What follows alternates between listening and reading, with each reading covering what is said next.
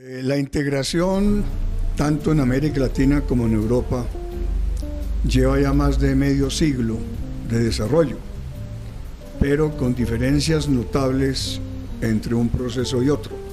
Mientras Europa, aunque tiene también sus crisis, ha avanzado profundamente en sus diversos contenidos y etapas de integración, la América Latina, fraccionada en múltiples procesos de integración, presenta hoy situaciones de estancamiento, de parálisis. Alrededor de esta problemática vamos entonces a dialogar con la profesora Rita Giacalone y el profesor José Briceño, en donde yo, como director del Centro Pensamiento Global Edgar Vieira, estaremos desarrollando algunos comentarios al respecto. Le preguntaría entonces a ellos, en primer término, ¿cuáles se identificarían como las principales causas o razones de la parálisis de la integración latinoamericana? Bueno, yo creo que una de las primeras causas que ha influido en esta parálisis de la integración latinoamericana, que además en diversos ciclos ha sucedió en los años 80, sucedió a fines de los 90, está sucediendo un poco ahora, es los cambios políticos y el sesgo ideológico muy fuerte que ha acompañado esos cambios políticos en la región. Por ejemplo, en la década del 90. En la década del 90 hubo un predominio de gobiernos, digamos, favorables a políticas de mercado, que apoyaban la inserción. Era un periodo de transición a la democracia en muchos países de América Latina y la integración se puede decir que fue exitosa. Tuvo sus dificultades, tuvo sus retrocesos, pero para muchos fue una época dorada de la integración latinoamericana. Particularmente en los casos del Mercosur y la Comunidad Andina, los logros a nivel comercial fueron importantes, fueron sustantivos.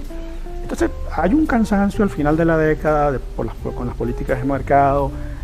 Algunos países no tuvieron el mismo éxito que otros, algunos procesos empezaron a demostrar deficiencias que, más de estar vinculados simplemente a las políticas del mercado, se vinculaban a otros elementos, como por ejemplo en el caso del Mercosur, la ausencia de coordinación de políticas económicas. No basta solo la apertura, hay que coordinar políticas económicas, porque factores como la política cambiaria, por ejemplo, tienen incidencia sobre el comercio, el tipo de cambio tiene incidencia sobre el comercio. Entonces se inicia un ciclo político en América Latina, un ciclo nuevo, en el que van asumiendo el poder gobiernos de izquierda o centro-izquierda. Es un ciclo muy complejo, muy diverso. No es lo mismo Hugo Chávez que Lula, no es lo mismo Hugo Chávez y Lula que Bachelet.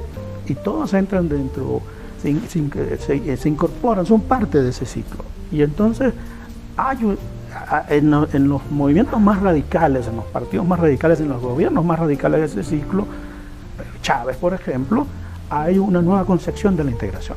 La integración, entonces, ya más, incluso más que integración, se empieza a hablar de cooperación, se empieza a promover iniciativas de cooperación, de diálogo político. Y ahí cambia sustantivamente. Hay un nuevo ciclo en los cuales los mercados no son importantes, y ahora, en este momento, estamos en un nuevo ciclo que no sabemos a dónde va. Yo creo que esos ciclos políticos son una variable importante. ¿Y tu concepto, Rita?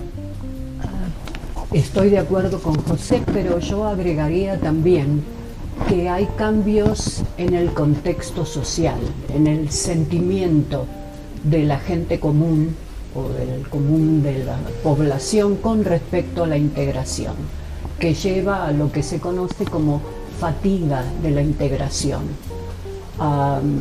Y creo que en parte se relaciona, por ejemplo en el caso europeo, con la incapacidad demostrada por la integración regional para prevenir o disminuir los efectos de la crisis económica global que se inició en el 2008. El fracaso en ese sentido permitió destacar ya, o poner en primer lugar la falta de identificación del ciudadano común con la integración.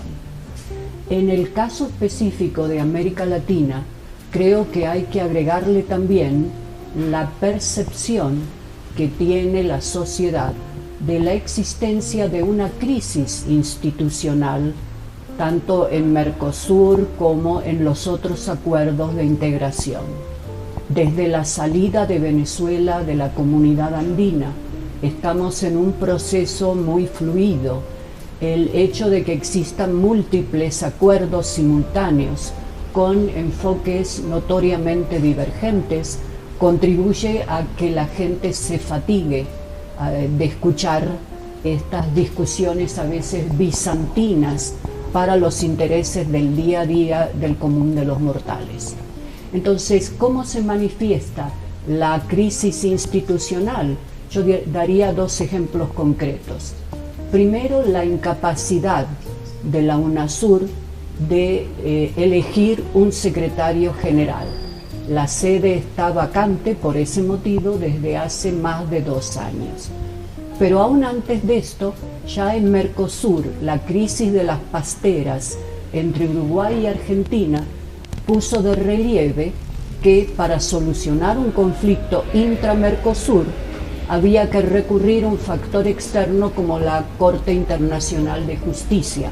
O sea, es evidente que la institución Mercosur no funciona para dirimir conflictos ni siquiera entre sus miembros. Sí, de acuerdo a esto, entonces, lo que podríamos pensar y estar de acuerdo como académicos es que cabe en este momento una gran responsabilidad de parte de la academia para repensar la integración latinoamericana, evaluar todo este tipo de coyunturas, hay muchas más, pero estas muy importantes que ustedes han mencionado, y poderle proponer a los gobiernos, órganos de integración y a una sociedad civil más participativa el cómo poder relanzar la integración latinoamericana, tal como van a hacer igualmente en el proceso europeo. Muchas gracias. Gracias a usted.